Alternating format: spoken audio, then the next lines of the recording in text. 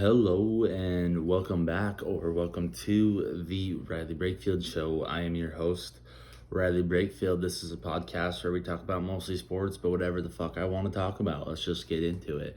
Hit a little news today, then we'll hit one love, one hate segment. We'll talk about my top 10 favorite college football games this weekend, my top 5 favorite NFL games, where I'm putting my money, what I'm riding with. Let's just get into it. Eagles Texans, just got done watching that one. Well, I had to record this a little later than usual. I recorded last night after the game and went to post this episode, and for some reason the audio file was corrupted, so here I am restarting in the morning, hoping that my mind is fresh, hoping that I'm putting out the perfect one-liners and all that jazz. So the Eagles Texans had them there for a little bit. I actually bet Texans money line last night because I saw a TikTok that said that the Texans were going to win, so I was like, you know what, maybe they are. So I decided to take it. Didn't work out though. Texans, they were in that game for a while. The Eagles did end up pulling away. They obviously were the better team. At the end of the day, everyone knew that. But Texans didn't look too bad. We've got a lot going on in sports right now. Phillies and Astros last night. Astros got the dub. They're up 3-2 heading back to Houston. I'm not sure if Game 6 is tonight or tomorrow. Justin Verlander got his first win in the World Series, which is crazy when you think about how many World Series he has been to. So absolutely wild there. Kyrie Irving is being called basically a racist for his anti-Semitic remarks that he's had. Finally issued an apology last night at like 12 o'clock. It was pretty late in the evening, but he did release that. So hopefully it's a step forward in the right direction. He's been getting called out a lot for supporting Kanye and what he had to say. So just absolutely a wild situation there. But hopefully the right action gets taken, because there's no place for racism in this world, especially, I don't care what color you are, everyone has a little bit of racist in them apparently. So NFL trade deadline was quite insane on Tuesday. TJ Hawkinson getting traded from the Lions to the Vikings. I'll talk about that a little bit more later, but it has to be probably the best move that any team made, because the Vikings just helped elevate their offense. Chase Claypool gets traded from the Steelers to the Bears. Justin Fields finally gets himself a weapon. They did trade Roquan Smith away earlier in the week to the Ravens, but I think it's a step in the right direction for the Bears. I want to do some research into it, but I feel like when a quarterback has a guy that's top 20, top 25 in the league at receiver, they actually produce better than the shitty quarterbacks that don't have anyone. I want to do some research into that and see, if you have one of them top tier talented guys, if it actually does help boost the quarterback play up a lot, because I think it probably does. If you have a guy that you can rely on that is going to make plays and going to make shit happen, your job becomes probably 20% less stressful. Probably the biggest move, though, has to be Bradley Chubb getting traded from the Broncos to the Dolphins. Dolphins are loading up. They're looking good. Tua hasn't lost a game yet this year. So adding another weapon up there front with Christian Wilkins and Raekwon Davis and Emmanuel Ogbah and Jalen Phillips. It's pretty loaded front, and their front seven's pretty good. So Dolphins are definitely building up to make a run at the Super Bowl this year. So definitely a team to watch out for. But those were just the big trade deadline moves. Sticking with football, though, Dan Snyder is possibly selling the team. He hired Bank of America to look into selling the team, basically. And then later in the day, reports came out that U.S. attorneys are doing a criminal investigation into the Commanders for financial improprieties. So they're pretty much going down the drain. There's all sorts of people that are trying to put their name out there. There's talks that RG3 wants to buy the team. The team's gonna sell. It's time that the team sells. Dan Snyder at the helm has been probably the worst owner in the NFL, other than Jerry Jones, just because Jerry Jones looks like a greasy, slimy ball piece of shit, basically. But so hopefully the Commanders will sell, and then the Commanders will actually start to be somewhat of a franchise, unlike they've won games and shit, but they're just kind of a dumpster fire of a franchise when you look at the bottom tier franchise in the NFL.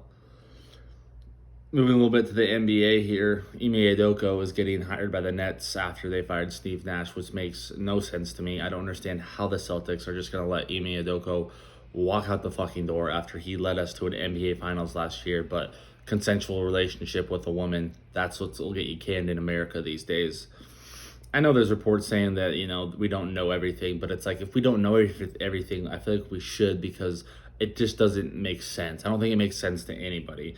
I understand, that's inappropriate to do at work. I get that, but it was, according to reports, consensual. So I hate to see him walk out the door and go coach the Nets. It fucking sucks, but that's just the world we live in, I guess. They're just going to put the guy that has an affair on his fiance with a guy that's a racist towards Jews. It's bound to work, right? With Kevin Durant in the mix and Ben Simmons, who can't shoot and has not been playing because he can't shoot and he's scared to shoot. So Nets are looking up, I guess. But a little bit more kind of news articles here that I wanted to talk about. Dwayne Wade's ex-wife is calling for a judge to intervene with their daughter, who wants to go through I don't know what the word is for wanting to change your sex. I'm sorry, but she wants to switch from a boy to a girl, and she's begging the courts to stop it because she believes that Dwayne Wade and Gabrielle Union are kind of pushing her towards this because of financial gain. I mean, she's already got a bunch of modeling stuff. It's kind of a nasty disaster. I'm not positive, but I'm pretty sure there was a big dispute about who gets the kids many years back. So kind of that's probably all going to get turned up again. So if it's true, though, that's disgusting for Dwayne Wade and Gabrielle Union to be doing that to their kid. So it would not look good if that's actually the case. And who knows? I mean, it is a little fishy that she comes out, wanting to do the transformation, and all of a sudden a bunch of modeling contracts and stuff. It's just a little fishy to me. I could see why the mom is kind of upset. So she's only 15. She wants them to wait till she's 18 to go through with it, which I think makes sense in my opinion, but I don't know. Miss Argentina and Miss Puerto Rico secretly got married, so I think that makes them Mrs. Universes, I would think. I don't know. Good looking couple, though. I mean, good for them. And I watched this documentary earlier this week. It's called God Forbid. It's about a young man who got taken advantage of, basically in some sense kind of groomed by the Falwells. They ran Liberty University, the biggest Christian university in the country. They basically coaxed him into being like the wife's fuckboy, and the dad would, or the husband, he'd sit there and watch like a cuck. Wild situation. Promised him a bunch of business stuff, and he never got his money once all the reports came out and all this. So he made the movie trying to get basically trying to be like, I deserve my money. Great documentary. I felt bad for the guy. I understood what, kind of happened to him. I could see how it could happen, how he got mixed up in it, all that stuff. But then at the end of the documentary, they basically turned it into the Falwells are the reason that January 6th happened. If that's the case or not, I don't fucking care, because it wasn't a part of what the documentary is about. In my opinion, it was just pushing propaganda. It took away from this young man's story about basically being groomed and taken advantage of by these older, rich, white people. And they turned it into basically propaganda and these people are racist, all this shit, when that's not the point. To me, it ruined the story and took away from what that guy went through. I'm sure it's traumatizing. He was promised money. He was promised businesses. He basically was left in the dumpster because everything fell apart and they just kind of said, fuck you, and were holding stuff over his head. Horrible situation, but it ruined the documentary for me by the way that it ended. It felt like propaganda. It felt like it was pushing a narrative when really it should have just been telling this kid's story. And honestly, it really is it's disgusting. That's not what it was about. It's about this kid's story, him trying to get his money that he's rightfully owed, being taken advantage of, basically being groomed, but you turn it into something like that just to push your narrative and propaganda. Fuck out of here. Don't be a cunt like that. That's fucking ridiculous. Do better. Stop living in this fucking world where you think just because you don't agree with something and somebody might have a tie to it, push that narrative into the documentary that you're making about a young man who was basically, he was groomed. I'm stop saying basically. He was groomed. He was groomed. He was in a weird situation. He was basically taken advantage of. They took pictures of him to hold it over his head. That's what it was about. Not about all that other shit. Do better. It's fucking disgusting. Stop making this world worse. Oh, and yeah, I forgot to talk about Gonzaga is possibly in talks to join the Big 12. They'll be for basketball, they don't have a football program, so they'll finally be in a power conference and, might help boost their resumes more, make them a better team in the future. I would love to see it. I think they should join the Pac-12. Honestly, just regionally makes more sense to me, but I love the move to join a bigger conference for them. Now moving to one love, one hate. This week, I am loving on motherfucking Red Bulls. Absolutely adore Red Bulls. They're like my child that I haven't had yet. Everything about a Red Bull always tickles my fucking pickle. I put it in vodka, the best thing ever. I drink it by itself, the best thing ever. I get a watermelon one, the best thing ever. I drink sugar-free ones just because I like the flavor and I don't want to spike my fucking diabetes. I love Red Bull. I'll always love Red Bull. I could drink probably 20 a day just because I love the flavor. Some people say it sucks. I think it's the best thing in the world. I love you, Red Bull. Please sponsor me. I'm right here. Hit me up on the DMs. Please, Red Bull. I want a fucking sponsorship deal because I love you that much. I would die. Oh, no, I would die. I would kill for Red Bull. Like, you want to start like a special forces to do anything, I'd join for Red Bull. Like, I just love, that's how much I love Red Bull. I would die for Red Bull and kill for Red Bull. What I'm hating on this week kind of goes back to that documentary, but also includes Elon Musk on Twitter, all the stuff, I am so fucking sick and tired, and I hate how soft the world is. Every little thing upsets someone today, and it's so, so annoying. I listened to Joe Rogan's podcast the other day with Dr. Phil, and Dr. Phil was just naming off all these words that you're not supposed to say. Stupid words, like secretary. Can't say secretary. Not supposed to say this. Stop being fucking soft, man. It's fucking, I just don't get it. If you don't allow for comedy, don't allow for discussion, even if it's a horrible discussion about racism, slavery, anything, if you can't talk about stuff, we as a world, as a country, are never going to get better. Stop being soft. Allow for conversation. And everyone's upset about Elon Musk buying Twitter. Everyone's freaking out because he wants to charge people money to have a blue check mark. I totally agree. Stop being fucking soft. It's so unfair to me. And it's funny because it always comes with people who almost preach socialism and like social justice and all this stuff. But if they lose their blue check mark, they lose their fan base. They're not as popular. They're not whatever the fuck that blue check mark brings to them. Who cares? Stop being so soft. They're upset because Elon Musk wants to change Twitter. Everyone's upset because the use of the N-word went up. All this extra stuff. Who fucking cares? That stuff makes the world better. To be able to have conversations, to be able to talk about stuff, to be able to be like, okay, this is wrong. This is what's wrong. Don't agree with this. But here you see it. Look at how bad this is. Don't be like that. That's what that can create. If you just sit there and you censor everything that doesn't agree with your narrative, doesn't push your propaganda, doesn't go along with what you believe in, and you just report it or block it. Well, block it, I could understand. If you don't want to see it, I get that. But if you report it or you are like, how could you do this? Think about it. Just think about having that conversation. Think about having the ability to openly talk about issues and hear other people's perspective. It can change the world in so many ways. I've always leaned conservative since I was in high school. I always have, I'll be honest. But as I've gotten older, I've opened my mind more and I've been able to be like, you know what, I'm more in the middle because I don't agree with this two-party system and I don't agree with how soft people are on both sides. Stop being a fucking pussy. Allow for debate, allow for change, allow for things to be talked about. All it does at the end of the day is make our world better. Stop being soft, embrace debate, look at what the other side has to say, look at what anyone has to say. And if it's bad and it's racist or whatever, use it as an example. It doesn't need to be taken down. Use it as an example. I'm just tired of how soft the world is.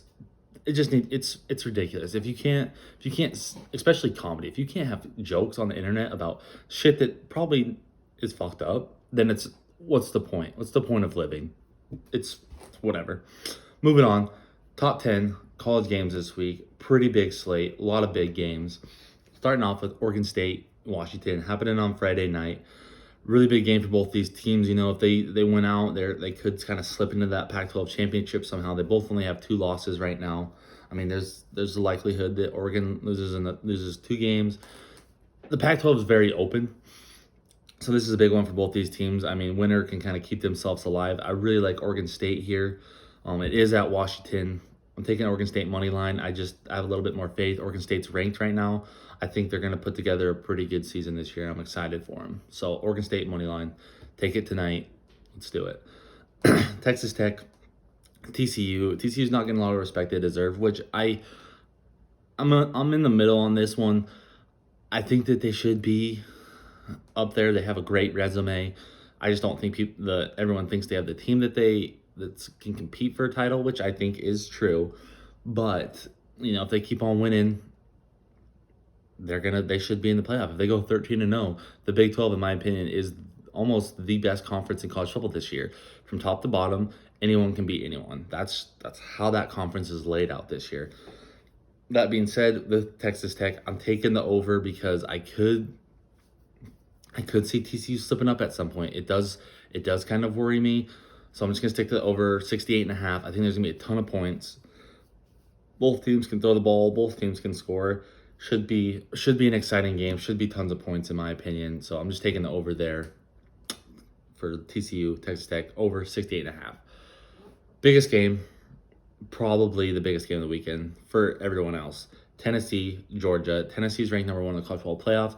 Georgia ranked number 1 in the AP poll. First time ever, 1 versus 1, going down on CBS. This is going to be a good game. Georgia's favored at -8 right now. But I'm leaning towards Tennessee on this one. I really feel like this is a year that Tennessee makes a run to go to the playoff. They make the playoff. I don't think they can win the national championship, though. I don't really have that much faith in them. If they do, holy fucking shit, good for them. But I don't know. Best offense versus the best defense in the country. It's going to be an absolute bloodbath. Going to be a hell of a game. I'm going to take Tennessee money line here, though, I think. Throw them in the pray for chaos parlay. Put them in the cleavage report. Like, you name it. I am riding Tennessee this weekend. Michigan State, Illinois.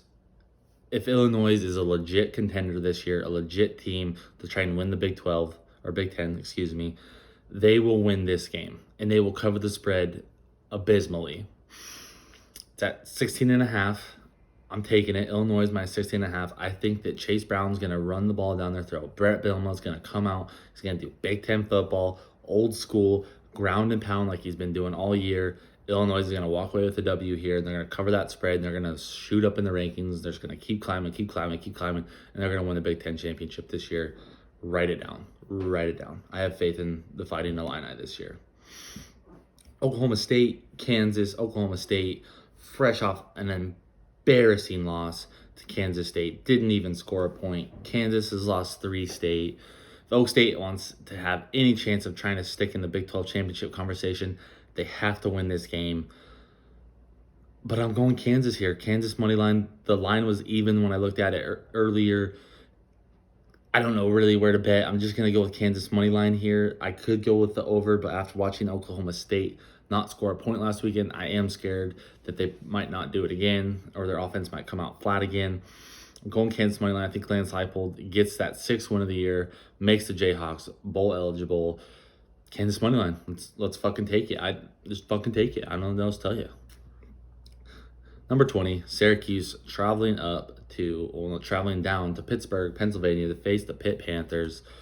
I feel like Syracuse is on a downhill turn. 2 losses in a row. That's a lot. It's hard to come back from. Pitt is a really good team. They're not really good, but I think they are a good team this year. They've had some tough losses. I think this is one of those games where Narduzzi just kind of puts it together. They kind of ground and pound and dink and dunk their way down the field and beat Syracuse. I'm taking Pitt minus 3.5 here. I just don't see how the Pitt Panthers don't win this game. I think Syracuse is kind of on a downhill turn at this point in the season. Hands down, far and wide, the biggest game of the weekend for me, for everyone else. If you're listening to this podcast, if you're watching this clip, because I'm going to clip it out after I go on this tyrant. Number 6, Alabama. Number 10, LSU. LSU, I solely believe, I think we're a good team this year. I think that we're probably a top 15 team in the country. I really do. But number 10 right now seems like a bit much. Just being honest. I feel like it's a resume booster for Bama. And I know all the stats. I know everything says that Alabama comes here to Baton Rouge and beats LSU every time. But you know what hasn't happened in all those situations? I haven't been in the stadium. I'm a fucking good luck charm. I'm wearing my Brian Kelly shirt again because last time I was there, LSU won. I'm going to fucking take my shirt off when it's piss and rain tomorrow night. I'm just going to be flying that thing around. I'm going to be so absolutely juiced because LSU is going to win this game. Jaden Daniels has been on an absolute tear. Alabama is weak as shit. They're not weak as shit. I'm sorry. I'm sorry if I offended you. They're not as good as they have been. This is a game that LSU is going to win. I have the utmost faith in it. LSU money line, I'm taking it. I'm putting my rent money on it. I'm putting my grocery money on it. I'm putting my life savings on it. I'm not really doing any of that. I'm just trying to make my point here. LSU is going to win this game. I know it deep down in my fucking plums. LSU is going to win this game. We're going to dominate the trenches. Alabama's defense has been abysmal all year long. They had one good game against Mississippi State where they gave up a bunch of yards. LSU has a lot more weapons than Mississippi State. We're going to be able to score. We're going to win this motherfucking game. Write it down. And also watch the game. You might see me on TV. So, with my shirt off, flying that shit around, fucking absolutely juiced. Texas, Kansas State. Texas slides into the top 25 again at 24. Kansas State's 13th in the country. The odds are in favor of Texas, which I understand. You know, Vegas has a little something going on there. But I'm taking Kansas State money line. I really am. I don't care if it's Will Howard or Adrian Martinez tomorrow at quarterback. I didn't look in to see who it was. It doesn't matter to me. Kansas State wins this game. TCU wants Kansas State to win this game. The Big 12 wants Kansas State to win this game. The best thing they can have for the Big 12 is Kansas State wins out and TCU beats them again in the Big 12 championship. That's the best case scenario for the Big 12 to get the team in the playoff this year. And I just don't see how Kansas State loses. I know that Vegas is favoring Texas, and I've been on Texas all year long. I love Texas. But Kansas State is just in a great spot this year, and I don't see how they lose this game. Now, probably the sneakiest big game of the weekend has to be Clemson, Notre Dame. Lots and lots to talk about this game, you know, especially where the college playoff standings came out on Tuesday. Clemson sitting at 4. Everyone, you know, this is probably the biggest game Clemson's had all year. This is a game that Clemson definitely, I think, can lose. Yes, I know it's Notre Dame. Yes, it's Notre Dame, though. Notre Dame hasn't been good this year. They still have probably one of the top 25 most talented rosters in all of college football. They still bring in the talent. They still have the guys to get the job done. They've still won games this year. They're at home. I don't know why. I just have a feeling Notre Dame's going to show up. They're going to play their ass off. They're going to win this game. Notre Dame money line. Clemson's going to fall out of the top fucking 10 probably. But that is how I see that one playing out. Notre Dame money line. I think they're still a good team. I think they're still going to find a way to win this game, especially at home. I think it's going to be under the light. Yeah, it's under the lights. So Notre Dame money line. Wake Forest, NC State. No Devin Leary for the Wolfpack. And Wake Forest, fresh off a huge embarrassing loss to Louisville last week. You know, they fell from 10 to 21 in the country. Fresh off an embarrassing loss, we'll fire a team up. Sam Hartman's going to come out. They're going to absolutely destroy NC State, especially because they don't have Devin Leary. Wake Forest -4 has to be the pick there. I don't see how it doesn't happen. I'm riding Wake Forest. I think they have a big bounce back game. Beat the crap out of NC State.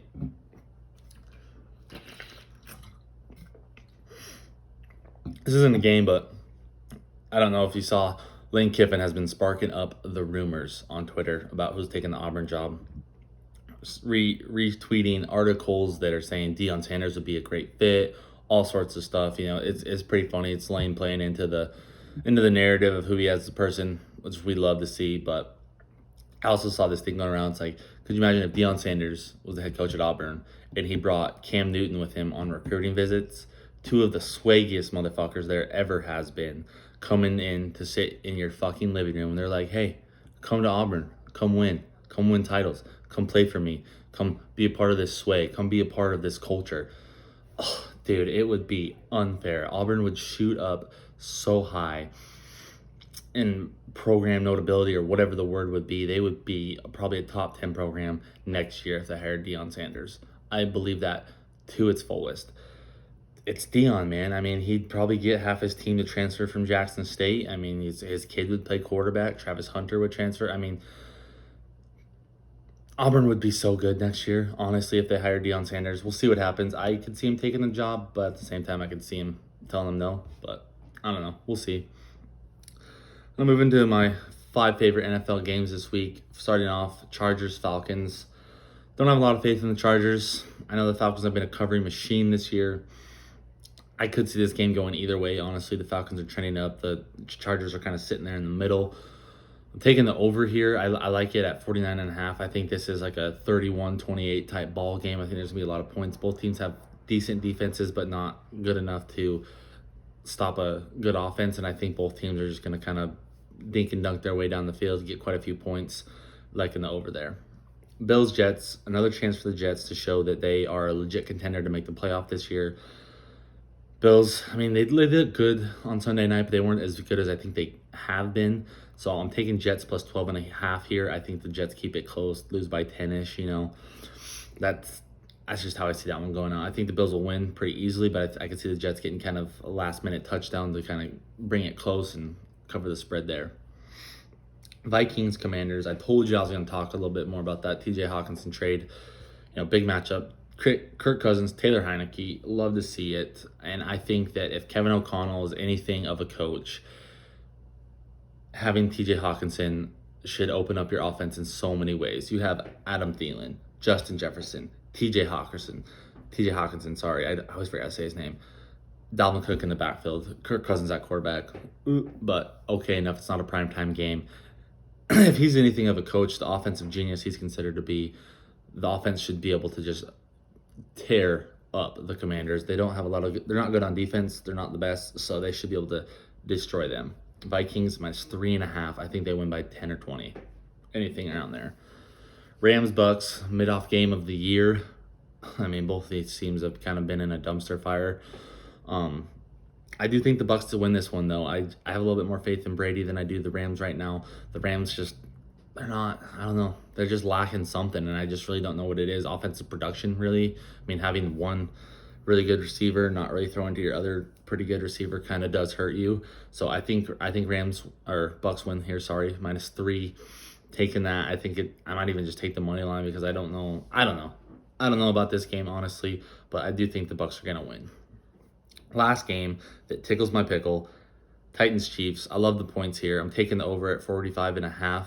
Chiefs can score. I think the Titans are going to feed fucking the king, Derrick Henry himself. He's going to get like 3 touchdowns this week. I can feel it in my plums.